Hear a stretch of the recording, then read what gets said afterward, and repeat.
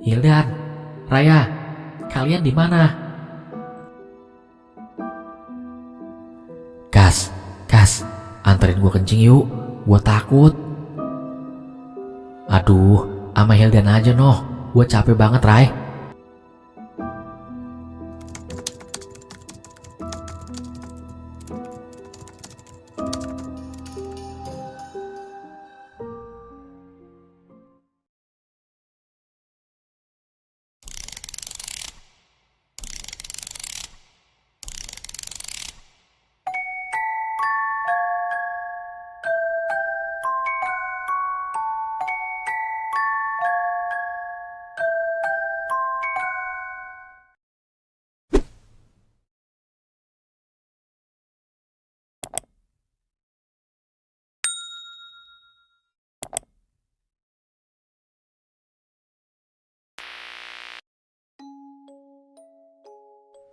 Hari mulai terang.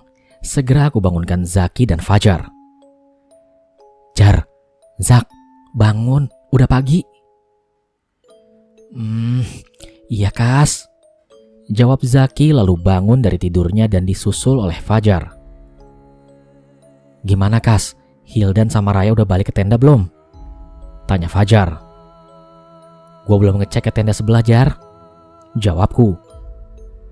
Ya udah kalau gitu, kita cek aja bareng-bareng, timpal Zaki.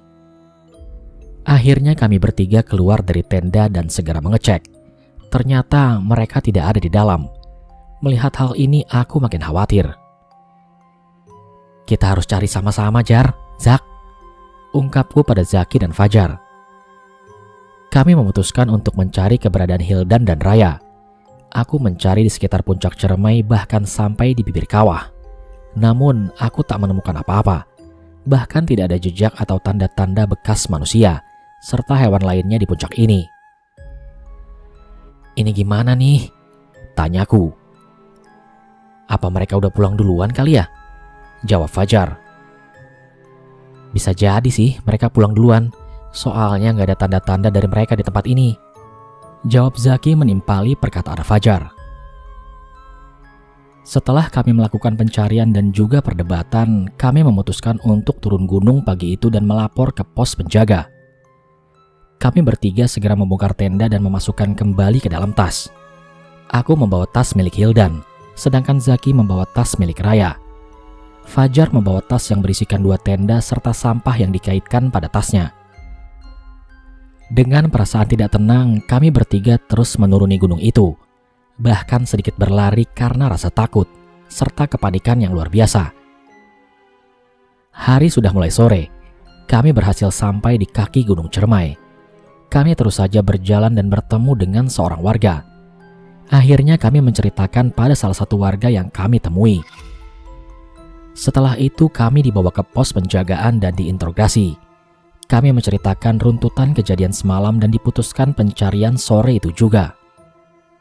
Tim SAR yang dibantu warga berkumpul di pos penjagaan dan akhirnya mereka membentuk menjadi 2 tim. Mereka berjumlah sekitar 10 orang. Aku, Zaki, dan Fajar disuruh menunggu di pos penjagaan karena kami sangat lelah dan baru saja turun dari Gunung Cermai. Tim SAR dan beberapa orang warga berkumpul. Mereka melakukan briefing untuk pencarian sore ini. Setelah itu mereka berdoa dan segera melakukan pendakian ke puncak Gunung Cermai untuk mencari Hildan dan Raya. 2 orang sahabatku yang hilang seperti ditelan bumi. Kami bertiga sangat berharap mereka berdua bisa ditemukan dan kembali bersama kami. Rasa penyesalan terus saja menghantuiku. Aku mengutuk diriku sendiri, andai saja aku ikut mengantar mereka berdua. Tangisanku pecah sewaktu melihat puncak Gunung Cermai yang tertutupi oleh kabut tebal. Dari kejauhan terlihat tim SAR berangkat menuju Gunung Cermai. 10 orang dan dibagi menjadi 2 tim saat itu. Aku ingin sekali ikut dalam pencarian tersebut. Namun tidak diperbolehkan dengan alasan kami baru saja turun dan pasti kelelahan. Akhirnya kami bertiga hanya dapat menunggu di pos penjagaan. Kami sangat khawatir dengan keadaan Hildan dan Raya saat ini. Lo benar-benar gak tahu Kas, mereka di mana? Tanya Zaki kepadaku. Gua gak tahu Zak, jawabku. Apa Apa mereka pulang ya? Timpal Fajar kemudian. Gak mungkin, Jar. Tas mereka kan masih ada di dalam tenda. Lagian gak bakal berani juga mereka pulang malam-malam. Timpalku pada mereka berdua. Kami bertiga mengulang kejadian semalam dan masih bingung dengan kejadian ini. Bagaimana bisa mereka hilang secara tiba-tiba? Suara dan jejak mereka pun tak ada malam itu. Hari sudah berganti malam. Aku terbaring di kursi kayu dekat meja penjagaan. Kulihat ada beberapa pendaki yang ingin melakukan pendakian, namun mereka tertahan karena sedang ada pencarian hari itu. Dan tiba-tiba suara radio HT berbunyi. "Kang, masuk Kang." Suara dari seberang sana. "Iya, masuk Kang." "Kami udah hampir sampai di puncak nih. Ini lagi istirahat dulu posisinya." "Siap Kang. Tolong dikabari kondisi terakhir ganti." 86 Kang, kondisi masih negatif dan belum ada tanda-tanda tentang keberadaan mereka berdua. Ganti. 86 diterima. Jumlah personil berapa Kang? Jumlah personil 10 orang, 7 orang tim SAR dan 3 orang relawan Kang. Cuaca sedikit turun hujan dan kondisi masih baik. Pencarian masih bisa dilanjutkan. 86, terus melapor kondisi terakhir dan tetap berhati-hati. Siap 86 ganti.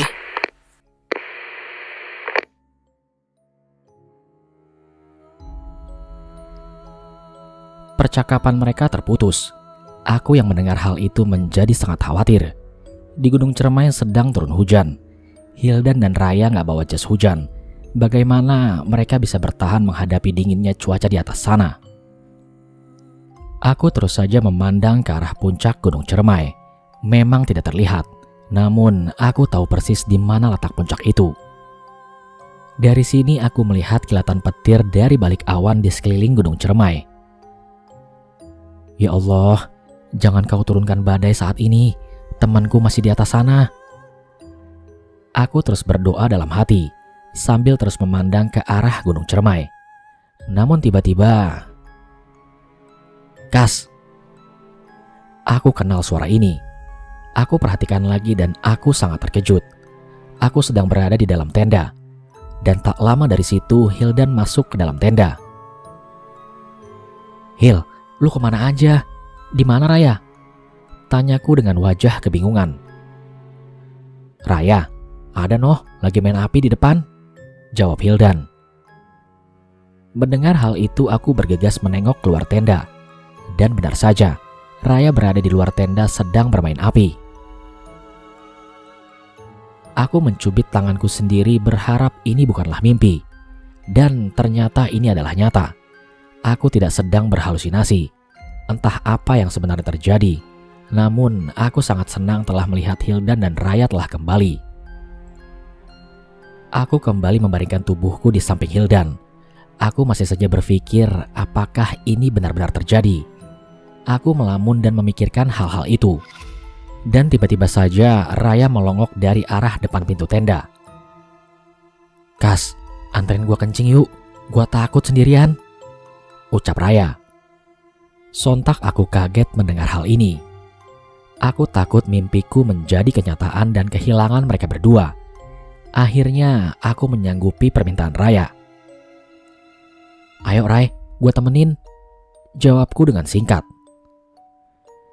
"Heh, gue juga ikut ya.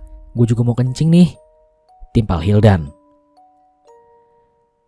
Akhirnya kami bertiga keluar dari dalam tenda. Raya berjalan paling depan disusul Hildan dan aku paling belakang. Aku terus mengikuti mereka berdua berjalan. Aku memperhatikan sekitar puncak Gunung Cermai. Dan tiba-tiba saja Hildan dan Raya menghilang di telan gelapnya puncak ini.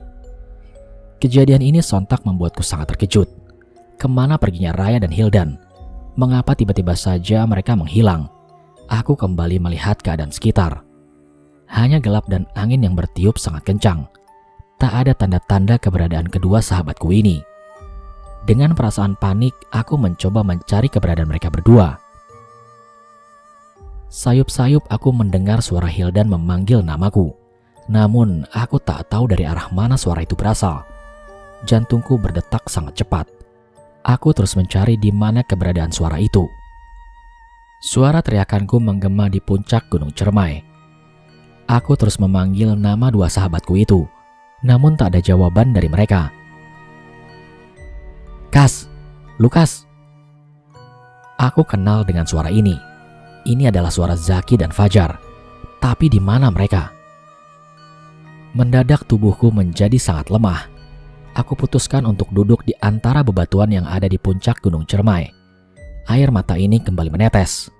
Mengapa ini terjadi kepadaku? Kemana sahabatku pergi? Tempat ini sangat gelap. Aku hanya bisa memandang langit yang membiru karena bintang yang tertutup oleh awan hitam. Kas, Lukas. Suara Zaki dan Fajar kembali terdengar. Aku menengok ke arah kanan. Kulihat Fajar dan Zaki tengah berada tepat di sampingku. Lu kenapa lagi, Kas? Tanya Fajar. Gua kehilangan Raya sama Hildan, Jar. Jawabku. Lu ngomong apa sih? Maksud lu apa? Tanya Zaki kepadaku. Aku hanya terdiam mendengar pertanyaan dari Fajar dan Zaki. Ternyata aku baru saja bermimpi dan mengulangi kejadian malam itu bersama dua orang sahabatku, Raya dan Hildan. Sebenarnya apa yang terjadi sama kita sih, Jar? Zak, mereka berdua di mana? Aku bertanya pada dua sahabatku dengan mengeluarkan air mata. Kita nggak bisa berbuat apa-apa, Kas. Kita hanya bisa berdoa untuk keselamatan mereka. Semoga mereka cepat ditemukan. Fajar dan Zaki berbicara dengan nada yang amat memilukan. Aku tahu rasa kehilangan seorang sahabat. Raya dan Hildan adalah teman sekolah kami dan mereka anak baik-baik. Kami bersahabat sudah cukup lama. Bahkan kami sudah seperti saudara kandung. Karena kami selalu berlima, susah dan senang kami tanggung bersama-sama. Tapi hari ini kami kehilangan dua orang sahabat yang sangat berarti buat kami bertiga. Hari sudah berganti pagi. Namun tim SAR belum juga menunjukkan tanda-tanda keberadaan mereka berdua. Hari kedua pencarian berlanjut. Kami disuruh pulang ke rumah, namun aku tidak diperbolehkan untuk pulang ke Bekasi karena masih dibutuhkan keterangan di sini. Akhirnya aku menginap di rumah Fajar. Tim SAR kembali berangkat ke Gunung Cermai untuk mencari keberadaan Raya dan Hildan. Di hari kedua pun tim SAR tidak membuahkan hasil apa-apa. Aku menjadi semakin cemas mendengar hal itu. Sebenarnya di mana mereka berdua? Mengapa sulit sekali menemukan mereka berdua? Hari ketiga pencarian dilanjutkan kembali. Setelah lama menunggu, aku diberi kabar untuk datang ke base camp Linggarjati. Aku, Fajar, Zaki masih berharap kalau ini adalah kabar baik. Kami berangkat sore itu menggunakan sepeda motor dan kami berbonceng 3. Sesampainya di pos penjagaan, kami disuruh masuk. Gimana, Pak, dengan kedua teman saya? Tanyaku pada petugas yang ada di sana.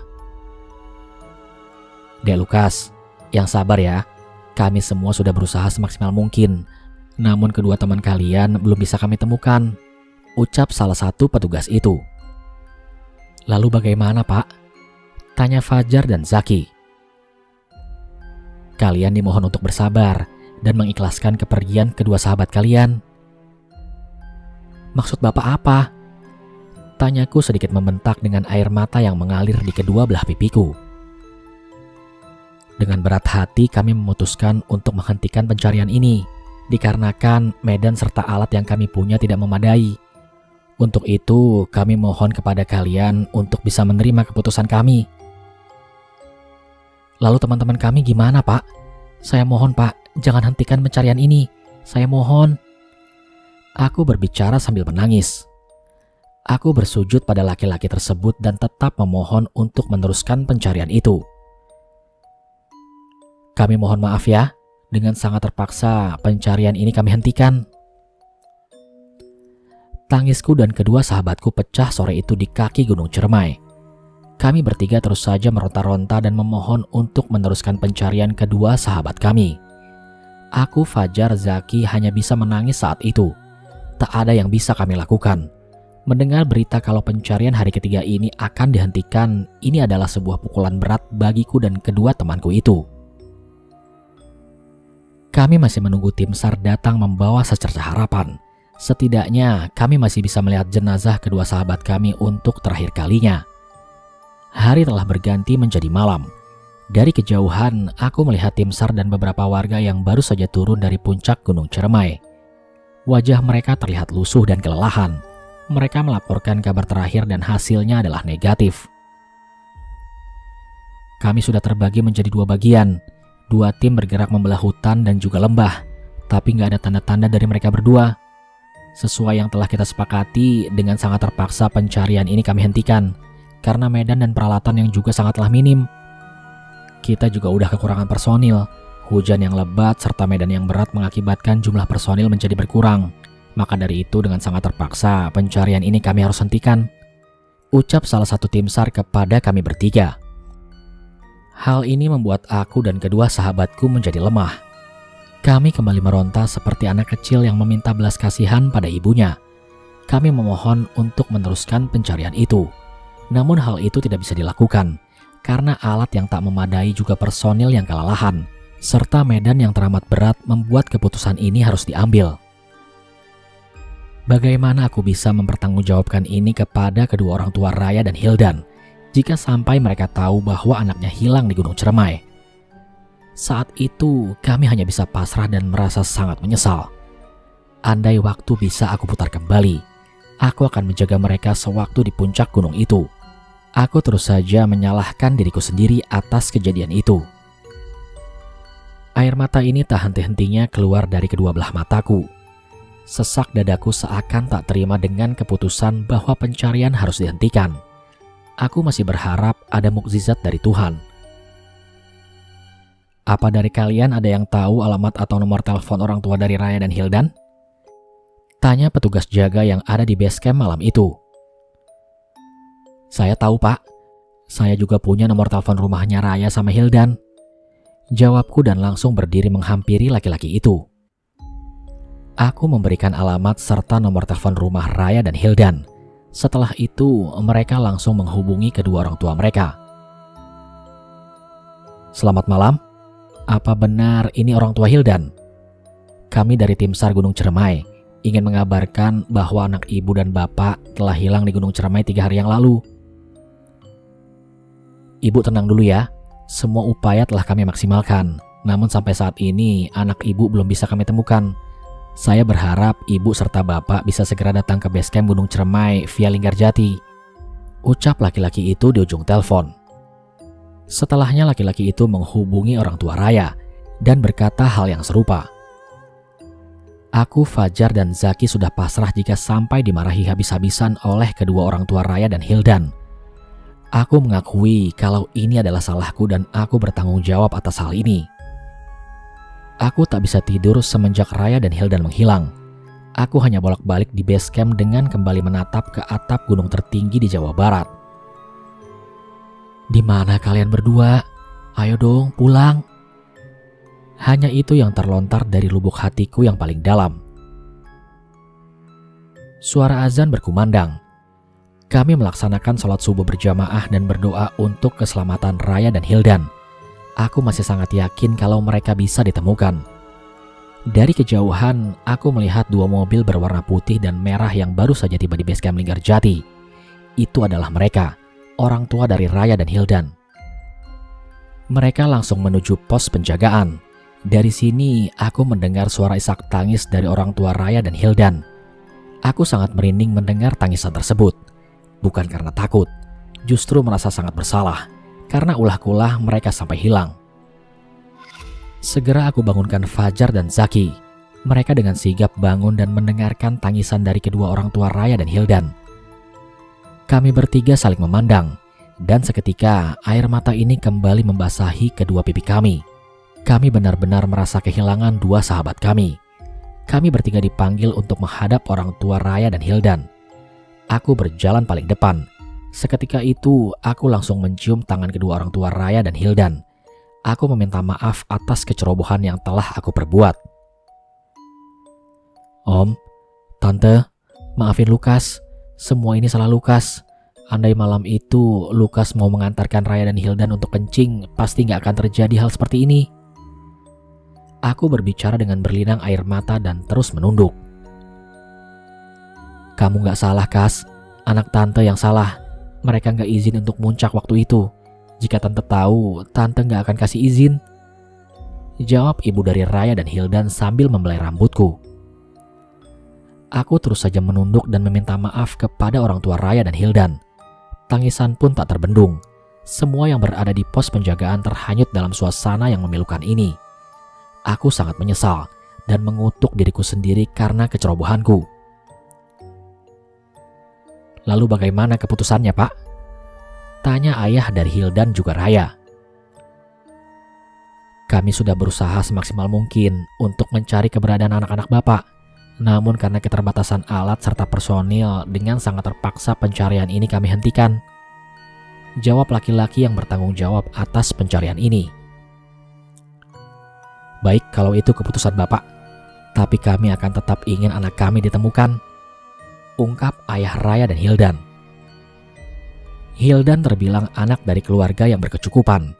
Ayah Hildan bukan orang sembarangan dan sangat terpandang di Jakarta. Aku lihat ayah Hildan menghubungi seseorang melalui telepon genggamnya. Ternyata ayah Hildan meminta bantuan kepada tim SAR dari luar untuk membantu pencarian ini. Dan akhirnya pencarian pun diteruskan. Pada siang harinya semua tim SAR telah berkumpul. Mereka segera merencanakan pencarian di hari keempat dan langsung bergerak menyusuri hutan serta lembah. Setelah pencarian yang amat panjang, ternyata belum juga membuahkan hasil dan belum juga ditemukan. Dan kemudian pencarian pun dilanjutkan esok hari. Pada hari kelima dan keenam hasilnya masih sama dan jejak keberadaan mereka semakin tidak terdeteksi. Hutan telah disusuri, jurang serta lembah juga telah dicari, namun keberadaan Raya dan Hildan belum juga terlihat. Hari sudah semakin gelap. Seluruh tim juga sudah kelelahan di hari keenam ini.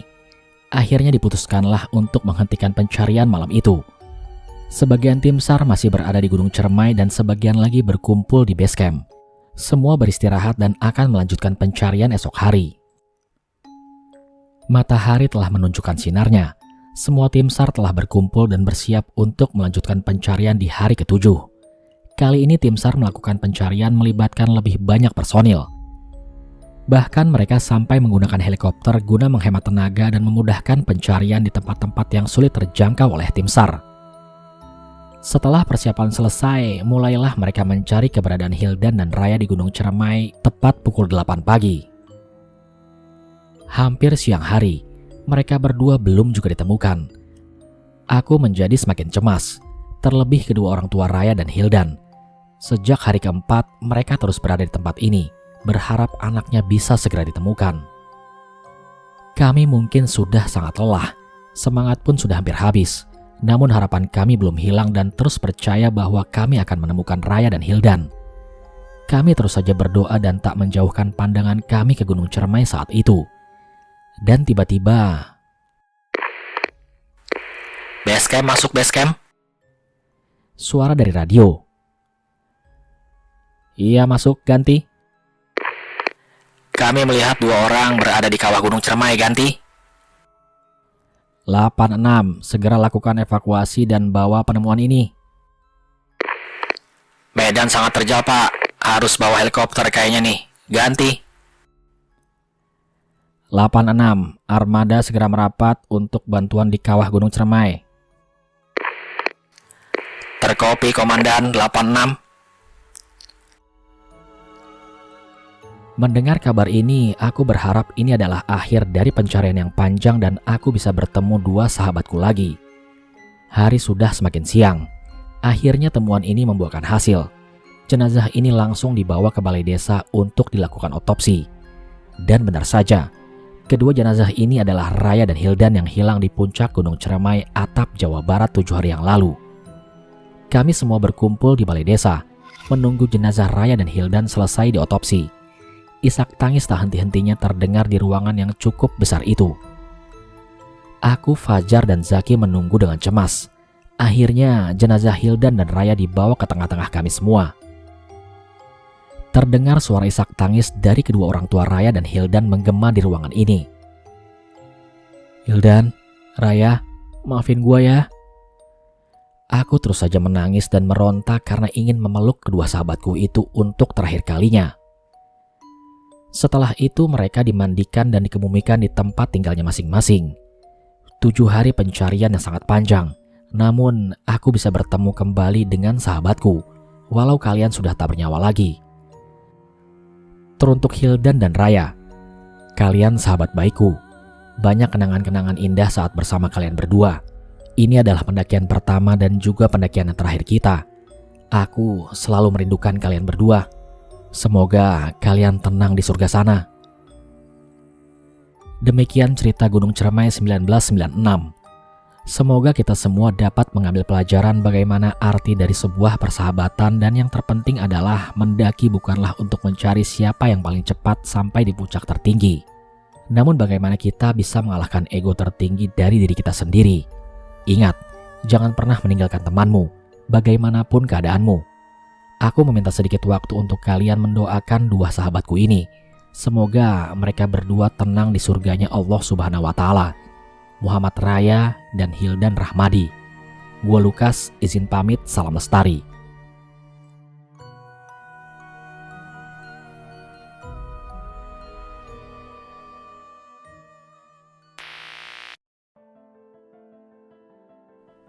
Sekian cerita pada kesempatan kali ini. Semoga almarhum Raya dan Hildan diterima di sisi Allah Subhanahu wa Ta'ala, dan keluarga yang ditinggalkan semoga tabah menghadapi ujian itu. Terima kasih kepada Bang Lukas Priyatno yang sudah mengizinkan saya untuk menceritakan kisah ini di channel Mereka Ada. Sukses terus untuk Bang Lukas. Tak lupa saya ucapkan terima kasih kepada teman-teman yang sudah setia menyimak channel Mereka Ada. Jangan lupa dukung terus channel ini dengan cara subscribe, like, komen, dan share sebanyak mungkin. Sampai di sini dulu perjumpaan kita kali ini. Sampai bertemu pada episode selanjutnya. Saya Aldi pamit undur diri dari hadapan kalian. Wassalamualaikum warahmatullahi wabarakatuh.